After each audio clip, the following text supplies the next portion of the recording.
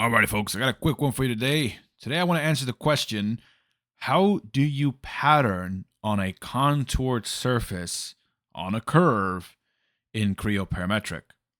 Now, to give you guys an idea, the person who asked this question had a piece of geometry. It looked very similar to this. I just, simplified it by a massive amount. And they wanted to pattern some holes on this face along this lip down here. So the question was, how do I do that? How can I do that in Creo Parametric? I can't figure out a good way to do that. And so let me show you. Now, the way that I'm going to structure this, at first, it's going to seem a little weird.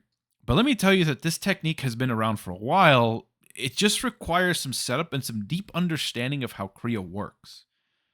First, I need a curve that will allow me to pattern along this face, right? And the best curve that I can think of that will give me that is the bottom edge here, or the top. It doesn't really matter which one you pick, depending on where you want to put your pattern. In other words, I want to create a composite curve of one of these edges right here. See, the thing about Creo is it doesn't actually have a composite curve command unless you know about it. For example, I'm going to go ahead and select this edge right here.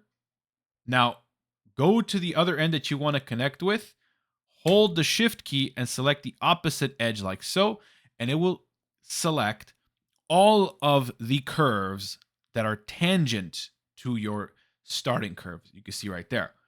Now we can hit Control C and Control V.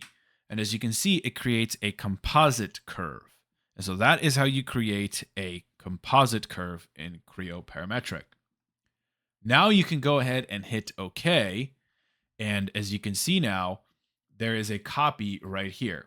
Now, someone would probably say, well, what about the sketch? Can't you use the sketch? Yeah, you could use the sketch, but let's pretend that it's not there. Maybe you're working with a neutral file, right? Who knows? If you're using the sketch, then just use the sketch.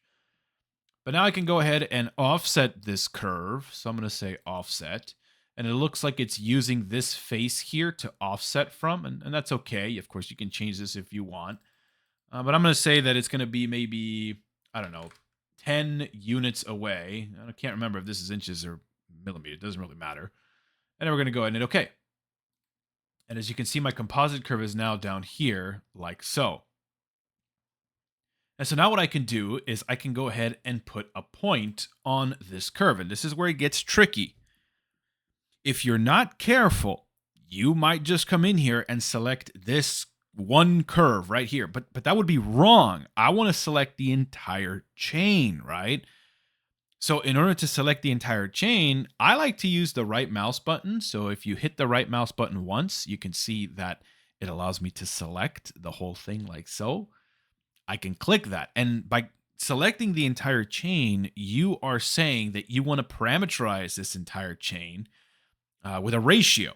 Of course, 0 being the start point, which is over here, and 1 being the end point all the way on the other side. But for now, I'm going to say that this is going to be set to, actually, maybe let's go 0. 0 is fine, actually. Let's go with that. Now, a lot of people, when I show this example, say, well, Jose, why don't you just put it at the end point? Can't you just do that? And I always say, hold off on that for a little bit. So if you had that same question, put it on the back burner for now. We're going to wait on that, okay? But for now, just trust me. Go ahead and set it to 0, and then go ahead and hit OK. And so there we go. We have our point right there. Just have to show our little datum point. As a matter of fact, we need to show all of these, the axes and the plane. And so now I want to shoot a hole through this guy. But in order to do that, I need to establish a couple of additional datums. So for example, I'm going to create a datum axis, and this axis goes through the point, normal to the surface, like so. I am not a fan of how massive these planes are, so I'm going to go ahead and axes. I'm just going to go ahead and adjust its outline there. There we go. The reason I say that is because when you pattern this is going to be massive if you don't take care of it right now. Now let's go ahead and create a plane that goes through the point and is normal to the axes. Again, I'm going to adjust the size of this thing. There we go. Boink, just like that. And I think that's pretty good. We're going to go ahead and hit OK. Now, I have everything that I need to create a hole, so I'm going to go ahead and execute the hole command like so. And I'm going to shoot a hole, on the point, then hold that control key, and I'm going to select datum number 1, like so. And I'm going to go ahead and select, let's say this is going to be 2 inches. Actually, let's go maybe 5 inches, right? Or 5 millimeters, whatever, long. And now at this point, we have to be very careful of what we are going to use as a reference to the next item. Now, a lot of people would say, well, just leave it like this, right? It's never going to get bigger than 63, but I highly disagree with that. This is not good practice. So if you come over here into the shape, I believe, yes, shape, you can see that it says, hey, I'm going to be a blind hole. But if you drop this down, you're going to go ahead and say, I want to go to next, like so. Now, what happens if you use to reference and you pick this face? Well, the problem with that is once it gets past this face, it's not going to know how to terminate the hole because this reference will be missing. And so I would suggest you select to next for this example. And now we're going to go ahead and hit OK. Now we almost have everything that we need in order for this to work. All I have to do now is just group everything that makes up this hole. So I'll go ahead and select the point and the hole and everything in between. And you're going to go ahead and say group. All right. And so let's give this a name, right? Hole geometry, like that. Doesn't really matter. Now, how are we going to pattern this along this 3D curve? Well, that is where that point position is going to help us. I'm going to go ahead and execute pattern. A lot of people coming from other CAD packages say, well, why can't you just use curve? Can't you use that? No, you can't use that. Curve, patterning along a curve requires a sketch. Is this a sketch? No, it's a 3D curve. Instead, we're going to use dimension right here. And what dimension allows you to do is allows you to pattern with respect to an increment on a dimension.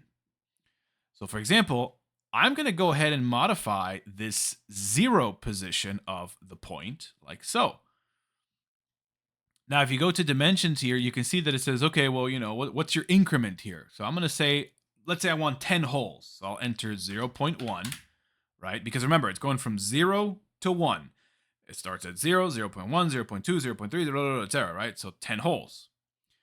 And then it says, well, how many of these do you want? Well, you got to remember, the parent counts as 1 hole.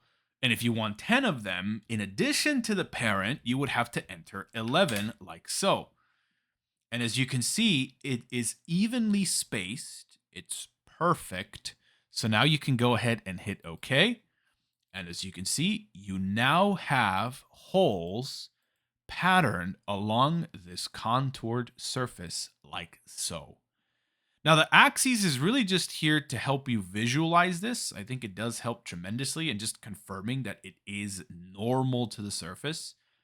But that is how you can pattern along a contoured surface in Creo Parametric. It doesn't have to be a hole. It can be anything, really. It can be whatever you want it to be. But this is just one way. All right. So thank you guys so much for watching. If you have any questions or concerns regarding this example, feel free to leave it down below. And as always, take care. Bye-bye.